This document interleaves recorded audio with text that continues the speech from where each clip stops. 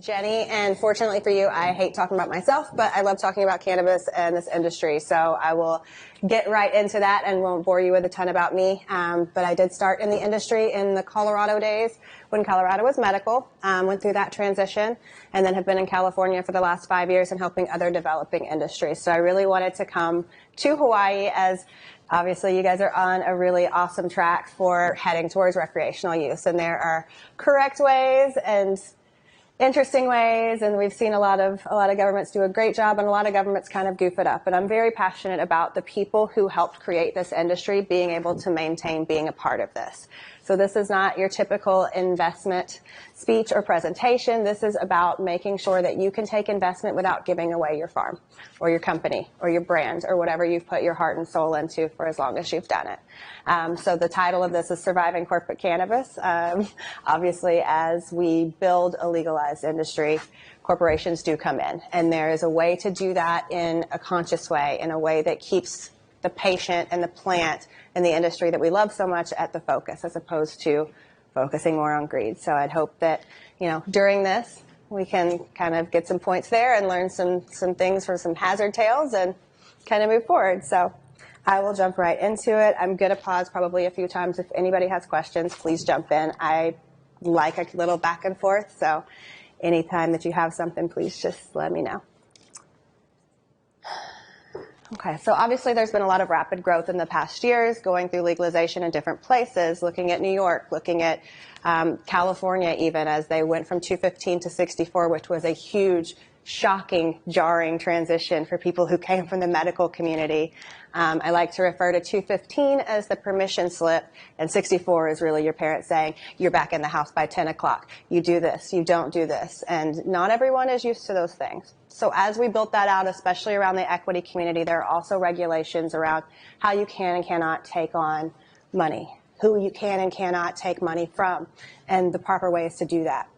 But despite the aggressive amount of regulation around things, that doesn't always happen, right? I've had clients who have found themselves in very predatory partnerships where they've essentially leveraged their entire business to a predatory partner, and the government that is in their business and every other aspect says, oh, this is a partnership dispute. I know I made the regulation that tells you how you can and cannot be a partner of this business, but I'm not going to enforce it, and I'm not getting involved, which is a very messy situation, especially for people who know how to grow cannabis, know how to make good products that patients appreciate, but don't necessarily have the business training behind it. So this is going to be kind of a little crash course in what not to do. So there are obviously many different opportunities to invest in the cannabis space. The gentleman before me was speaking very passionately and very well about CBD. Hemp and CBD and the non-psychoeffective portions of cannabis are definitely a way to invest. And we saw in 2016, 2017, 2018, people really jumped into that. A lot of big money came in, and there was a lot of overproduction. We were seeing things from some people who maybe shouldn't be making our medicines, making our medicine and taking over. And, that speaks to some of that loss in quality. Obviously, cultivation is a great way to invest into the industry, retail dispensaries, ancillary products, and global expansion. So looking as we have Thailand, so many people ran there.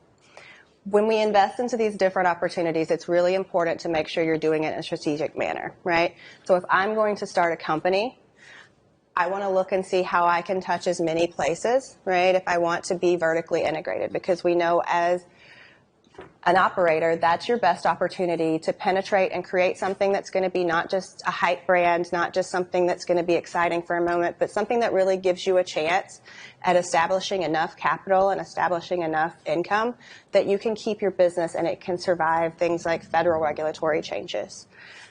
So talking a little bit into the risks and challenges of those things. No matter what area of the industry, as long as it's the licensed portion that you're investing in, it is a risky industry. I tell people this is the best way to lose $1 million, not make one. So it definitely is something that you need to have some very strong financial backing. But there are also a lot of people with a lot of money who have the most selfish intentions. So watching as you come in, I can say I'm now a social equity applicant, right? And as I come in, I have this opportunity, this little golden ticket that allows me to get this coveted retail spot or this coveted cultivation, I now have a flooded email full of people who have all this money for me and want to give it to me, but want to give me a job at something that I own. Taking California as an example, maybe a good example, maybe a bad example. Not everyone's figured it out. We're flying the plane as we're building it with this industry. You're supposed to, as an equity owner, own 51% of your company. That is forever and always, right? So I can have an investor come in up to a 49% stake. But that 51% is not just supposed to be ownership. That is 51% of daily overseeing operations. That is complete voting power. That is complete autonomy to fire a management company, to fire whomever you would like to. However, that's where predatory investment comes in. There are a few different ways that this happens. One of the most popular is through a management agreement, where your 49% partner is now making your day-to-day decisions, and they're taking a management fee on top of whatever their aggregated amount was. So it's very easy for me to go in and say, hey, I'm operating this guy who doesn't know how to read our profit and loss, guy who doesn't know how to go take the data from the POS and metric and see what we're doing. Unfortunately, our management fee and our overhead is not allowed for there to be your 51% profit share. So you get nothing. So these contracts essentially come in. You're like, great, this guy's giving me $1 million. I'm going to build the best store. And they're taking it from you. And they're not paying your taxes, which is a crime. If you don't pay EDD taxes, which is like employment development, if you don't pay IRS taxes, those are stealing from a trust. Those aren't just stealing from the operator, which is a felony. So there are so many ways when you lose track and you get into a bad partnership that you can not only put yourself in a bad financial situation, a really unpeaceful personal situation in your day-to-day life, but you can also put yourself in quite a bit of legal hot water. The three-letter agencies like to come in and check on those. That's kind of where they begin to get involved. So looking at that and looking at the banking regulations, safe banking is something we don't have. So making sure that you don't do things improperly. When you take that money and you're taking an investment that large, you have to put it somewhere. You're not going to put it in a shoebox. You can't put it in the backyard. You need to have a marijuana-related bank account. Those are expensive. Those are difficult. Those are also only available to the financial interest holder in the license, so the actual licensee. They require a fully issued license from a state and a municipal organization to open. Your investor can't hold that account. Your investor should never be the controlling party in that account. Your investor should never be the admin of that account. Because I just watched a company lock their owner out. This gentleman was a social equity owner. He was completely taken out of his business and actually has had to settle and leave his own business that he started and has to start again because he was taken over by some very unfortunate people who all those tax situations also apply to. So it's very important to make sure that you know, first of all, who you're getting into bed with. And there are some very simple ways to do that, and there are some that take a bit more diligence. Some areas offer, and I would love to see Hawaii and more people as they're starting these different programs and more robust programs, offer technical assistance. Because if I grow the best weed in the world, right, but I don't know how to balance my checkbook. I don't know how to, I'm used to, and I have survived on hiding what I'm making, on not keeping these really stringent records so everyone knows what I'm doing. So when they come at me with these numbers and with these documents, I'm like, okay, cool. I don't know what I'm looking at. So these technical assistance programs put people like myself and other consultants in where I would charge, hundreds of dollars an hour to a normal person. The city or the state will pay for those programs so that the people who are coming in and should be operating have the assistance they need to be able to do so in a meaningful manner. Diversification, due diligence, long-term investments, and short-term investments. I like short-term investments. I like to secure my investor with equity that converts. So it's debt secured by equity. I will pay you whatever you want. If you want 12 points on your money, then wonderful. You hold equity in my company up until I write you that last check. Then it all reverts back to me. That's an amazing way to make sure that you keep control of your business. And that's an amazing way to make sure that you're not in a long-term marriage with somebody you meant to go on 3 dates with. It's very important to know how you end it before you begin. Looking at cannabis investments and doing due diligence on those, especially those longer term investments and taking on a true JV or true equity partner, is terrifying, and it should be terrifying. You don't know what people's intentions are until things go rocky. I'm sure we've all been in a situation and we think someone, boss, employee, X, whatever, greatest person in the world for 6 months. And then at that 7th month, you're like, oh my God, you're awful. You are not the person that I thought you were. That happens so easily in business because we're all so excited. And sometimes we're looking at investment amounts that you've never seen. No one's ever written me $1 million check. And it's definitely an interesting situation when someone comes to you as a person and says, I'm willing to give you $1 million for this opportunity. And you get a bit clouded because that $1 million is great. It's going to build out your facility. But what you don't see behind that $1 million is, well, we don't think you can actually run it, so we're going to do that.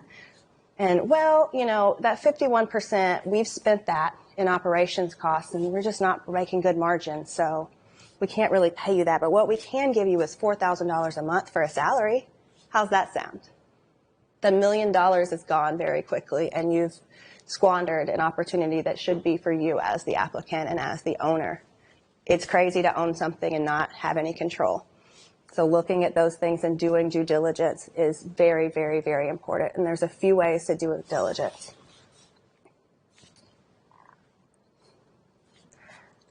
Identifying predatory investors. And this is the real meat and potatoes of why I care to be here, because these are the stories of things that didn't go so great. And I am a nice girl, so I will never say anyone's name. But I will give you some very case-specific information. So checking for unrealistic, too good to be true terms. So those are people who are, yes, we have $1 million. We're going to make this store make X, Y, Z. Have you ever made a projection for something that you've never done before?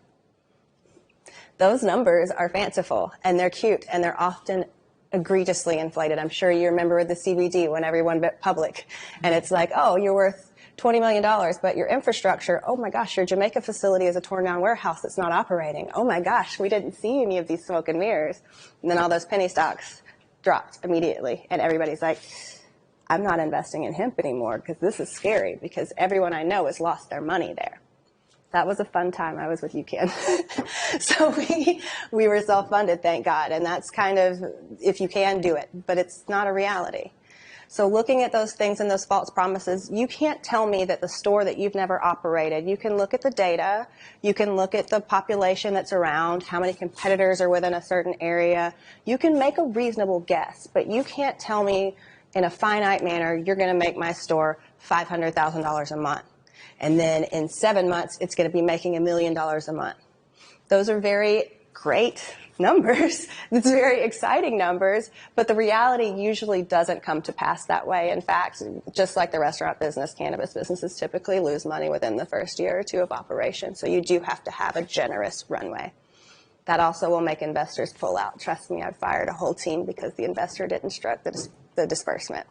That's a terrible feeling. That's a horrid feeling. So making sure that they're not promising you more than they can cash.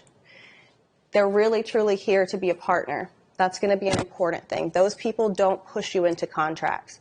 Anything that's, oh, well, sign this, just sign it. We have other people to talk to. Just sign it. Don't you want this opportunity? Probably not.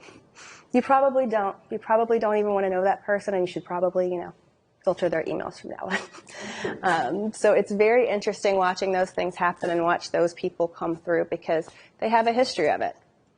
Lack of transparency rolls right into that. If you're not willing to tell me what your roles and responsibilities are, what my roles and responsibilities are, if you're capable of holding up your end of the bargain, if you're coming from running tire shops and somehow grandpa died and left you $10 million and now you're my big investor and your successful tire business is about to make my dispensary rock. It's not. It's not. People will tell you all the time that they know things they don't know. I have been in this industry for a very long time, and I still have imposter syndrome. What I do know is what I have done and what I have seen, and that's what I want to convey to other people. But there are so many people who, and you got to look for it, it's the long bios. If they got to tell you what they did and why you should listen to them, you probably don't want to hear it. So when you're doing your due diligence and looking for who someone truly is, you have to look past who they tell you they are. Because those people aren't often anywhere, like they say. You can go, I've seen everything as far as, gosh, what was the worst? I think the worst was a gentleman who was sanctioned by the SEC and told not to touch a public company or trade a stock ever again, running 3 public companies, one of which now owns this 12 dispensary licenses that are social equity. Guess who's not getting their taxes paid? Guess whose investors are suing them? 6 of them. And when you have people that you've never met before saying, hey, guy, you owe me $750,000. And I'm going to put a claim, a UCC filing, onto your business, which means you can't sell it, you can't do anything with it, and if you don't pay me my money, I'm going to take it. That's a very scary, defeating feeling.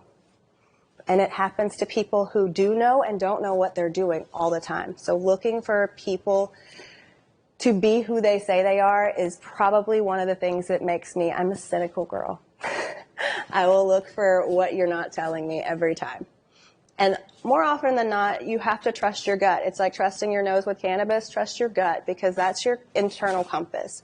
And I know that sounds so simple, and believe me, it is. It is way too simple, but it is a really great ticking point for where you should start digging deeper into your potential partners.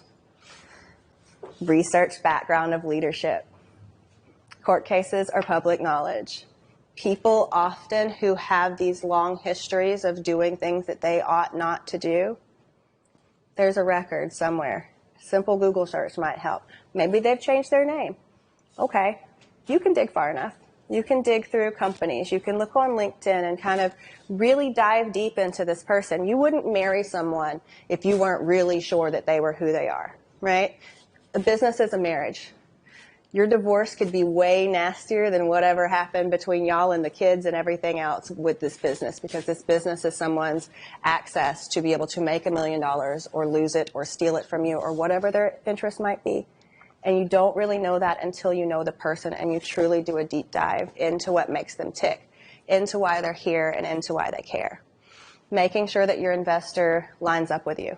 If you're here because you are truly, truly passionate about patients. That was why Colorado was one of my favorite industries, because I got to work with children. I got to work with long-cared patients. I got to work with people whose lives I could see in front of my eyes being changed by the plant that we all love so much, and that's a beautiful feeling. I would never get into bed with someone who wants to create the Walmart of weed. That's not my mission. That's not what I want to do, and that's going to leave us butting heads in board meetings. That's going to leave us butting heads because at the end of the day, I took their money, right? So now I do owe them a responsibility as well, and I do have to hold up my end of the bargain. I can't just pull out and say, all right, you lied, I'm gone, unless I say, here's your check. Sorry. And even sometimes that doesn't work. So making sure that you line up, making sure that you know who the people are, and making sure that you're doing a deep dive into people's backgrounds, into people's, and here's one thing, you have to do a live scan to be an investor and an owner in a cannabis company. If they don't want to be on that paperwork, there's a reason. There's a reason that the government's going to say, hey, all the due diligence we're not going to do, this one we got you, you can't be on here.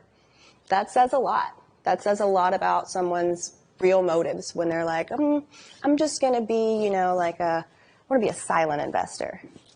That's not how this works. The regulations say that's not how this works. Because who's to say if I just went and took millions of dollars from someone who just murdered someone for it, and that's why they're like, here, I need to put this into something really quickly. These safe places are in these regulations to kind of guide you and kind of protect you in as much as they can. They're not always going to be perfect, but they are helpful. So looking at those things, looking at, what's your banking history look like? Where's my proof of funds? People want to skip through and be like, oh, no, I'm just a handshake kind of guy. No, you're not. Not when it's $1 million or more, not when it's my business, not when it's my livelihood and my passion. You're not a handshake kind of guy. We're going to go through this from an LOI to a proof of funds to you're going to show me your credit and maybe your mom's maiden name and whatever I need to see to feel confident. And if people really want to work with you, they're willing to jump through those hoops. And you as the license holder and as the operator and as the owner of your business, because I love my business, my little old consulting business. I love it. I'm passionate about it. You protect that. That's your baby. Nobody knows your baby like you do. So nobody knows how to steer your ship like you do. You have to put as much due diligence and as much heart and as much time and love into going through deals as you did in building it. Because if you don't do that, then someone's going to take something that you've put your blood, your sweat, your tears, and your heart into. And that's a very, very horrible feeling to have.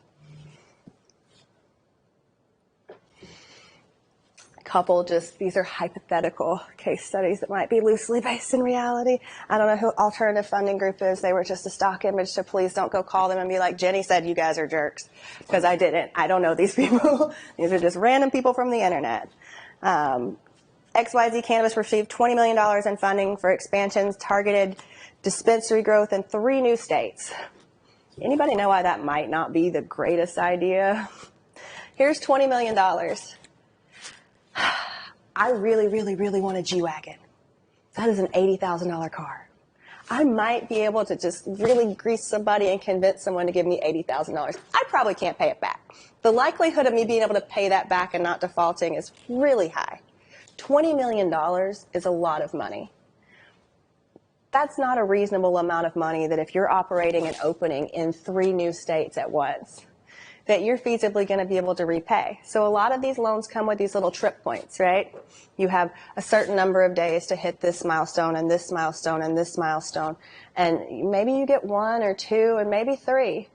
But at some point, a lot of these things are set to claw back. They'll do it in that way. They'll do it with large amounts of credit. Here, I'm going to give you X amount of credit. I'm going to incubate your brand for you. And I'm going to pay for everything. I'm going to pay for the flower or the concentrate or whatever inputs you need to grow your brand. Don't worry. Get it in the stores. We'll get it back. They own your brand. They now own your brand, because if you can't pay back that note, say, you have a bad batch, somebody hot fills vapes or something silly happens and you lose a tremendous amount on one false move, you've now leveraged your entire company and it's not your company anymore. And that's a scary place to be in. So that is why, in my opinion, I tell everyone low and slow. If you personally are the Prince of Sheba or wherever you're from and you have tons and tons of money, please God, go buy everything that you possibly can and operate it and have a great time with your money. If not, low and slow is definitely the way to not get tripped up in those things. Okay, ABC Cannabis, don't know them either, obviously. Acquired a smaller brand for $5 million, but struggled to integrate operations, which led to write-downs. So they brought a brand. They're like, okay, cool. Listen, we're floating around. We're doing great. Let's add to our portfolio. I don't know how to sell that brand. That's not my baby. I need to be building my baby. So being acquired by someone who's just merely floating along and being acquired for maybe an inflated amount, because maybe that brand has been struggling, obviously. You can't fix everyone. Buying a struggling brand. Anybody familiar with the brand deal that Jay-Z signed? And everybody's like, oh, they got him. They got him. That was a sucker bet, and I feel bad for that man. And that bet ended up with, I believe, one of his good friends who was a higher portion of that company in jail and over a financial crime. Yeah. I said I wasn't going to name names.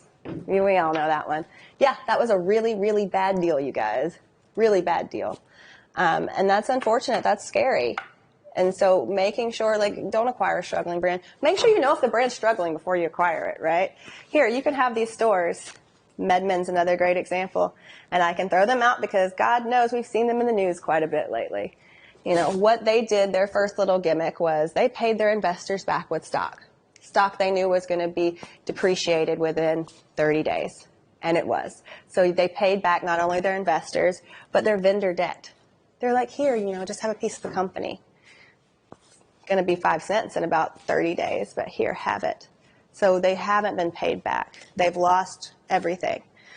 Your UCC filing doesn't mean anything on a business that's not viable. So you can secure beyond secure. What are you going to take? Blood from the turnip? Because you can't. So looking at that as another fun little situation. God, that Kaliva deal was bad, wasn't it? DEF Cannabis had their license revoked in California for regulatory violations and lost key market presence. Okay, so cool. So I'm a multi-state operator and I lose one of my larger states. That tanks my stock.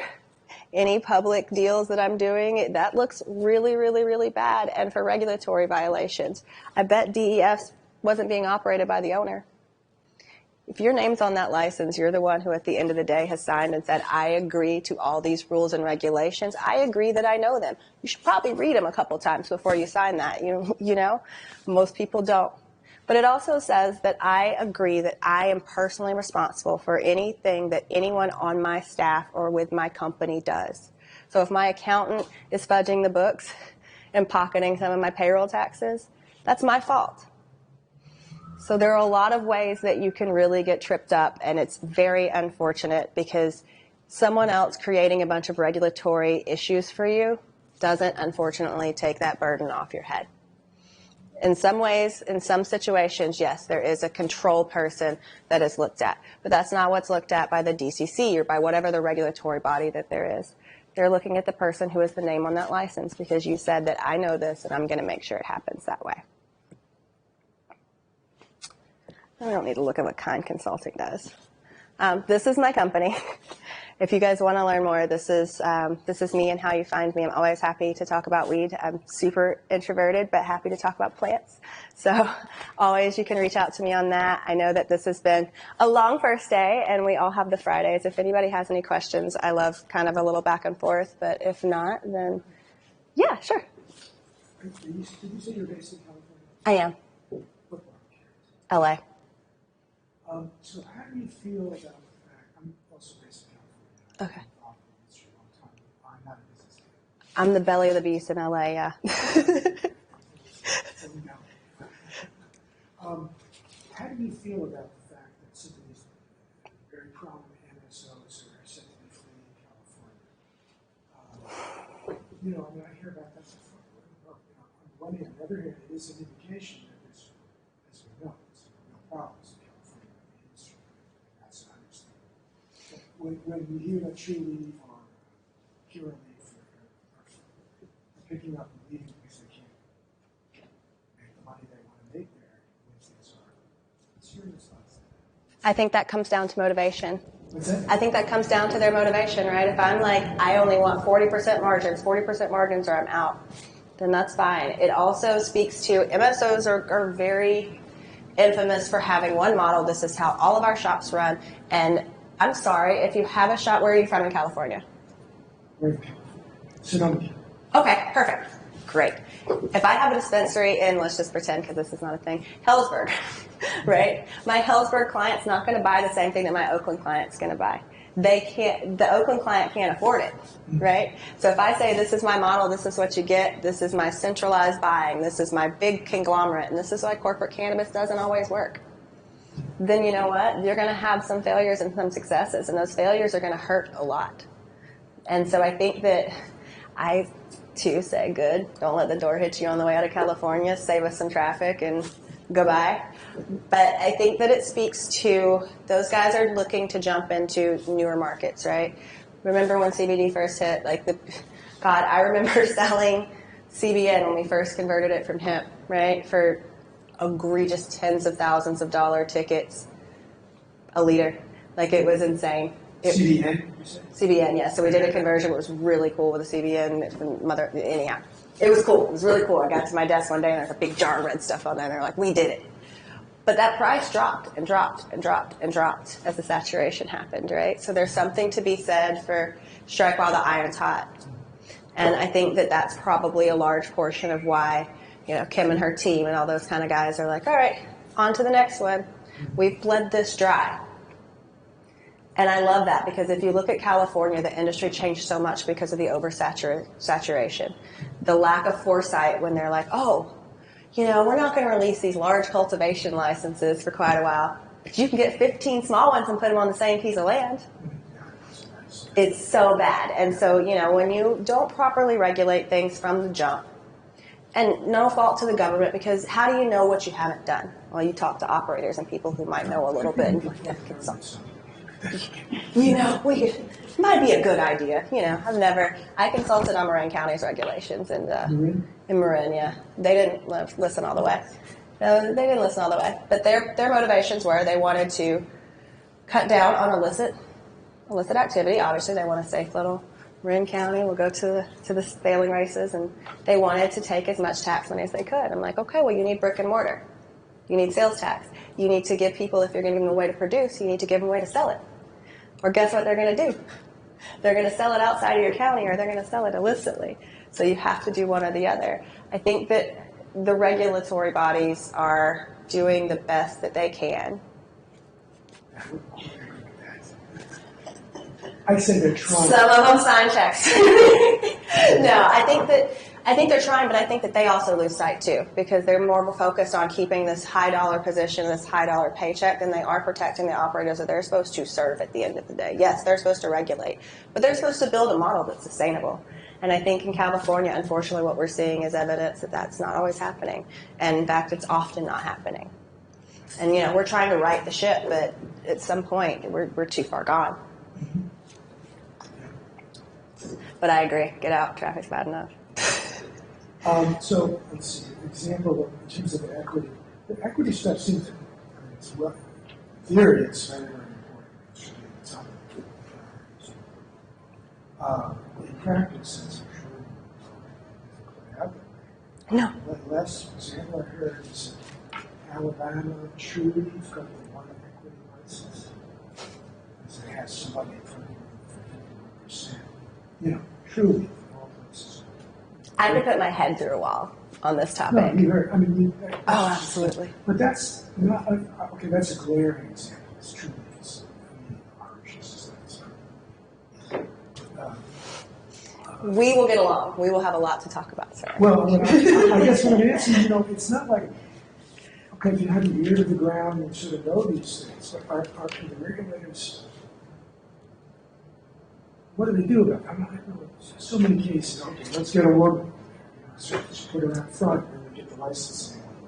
Yeah. Let's do black person do that and then pay them off. That is not equity. That is tokenism. Yeah, and it's frustrating. Yeah, I think that from a regulatory standpoint, if they are going to have, they have requirements. They have an equity share requirement, right? There's supposed to be an equity share review. When I go through my licensing, let's use LA as an example, and I'm submitting my agreement with my new partner, there is an equity share checklist that has to be submitted with that as well. Okay, so if I, social equity applicant, 6 months in, I'm like, oh shoot, we have the agreement, but they're not following it. And I go to that regulatory body and I say, hey, knock, help. This thing that we signed, they're not doing it. I think that regulatory bodies are too cautious to not put themselves in a litigious situation because they don't want Trulieve suing them, right? But they have the absolute authority. In fact, they have a duty to these applicants to make sure that they are regulating the rules that they put in place. We didn't tell you to put these requirements in place. You put them in place. We're trying to adhere to them. If we're telling you someone's not adhering to them, there is in every regulation, there's a way to deal with that. It gives a 60-day cure period. If it's not cured, the license is revoked. How is that fair to the applicant? They have to get involved. If they're going to overregulate us, then overregulate us in the ways that's helpful. Because I personally have spoken ad nauseum to different people and different regulatory bodies on behalf of different applicants. I do a lot of work with social equity people. That is my passion. Because I want to see the people who built this stay in it. And I don't want it to be just because you're a certain color or you're the right sex or I want it to be because you deserve to be there and you really truly fit these requirements, not because you're somebody that they're like, they're very well-known groups, and I'm sure you're aware of this too in California, that will, when something's being opened up for licensing, will call down a list and be like, did you know you could be a social equity applicant? Then they write their name on that license for that whatever percent. Not just California. It's not just California. Yeah, absolutely.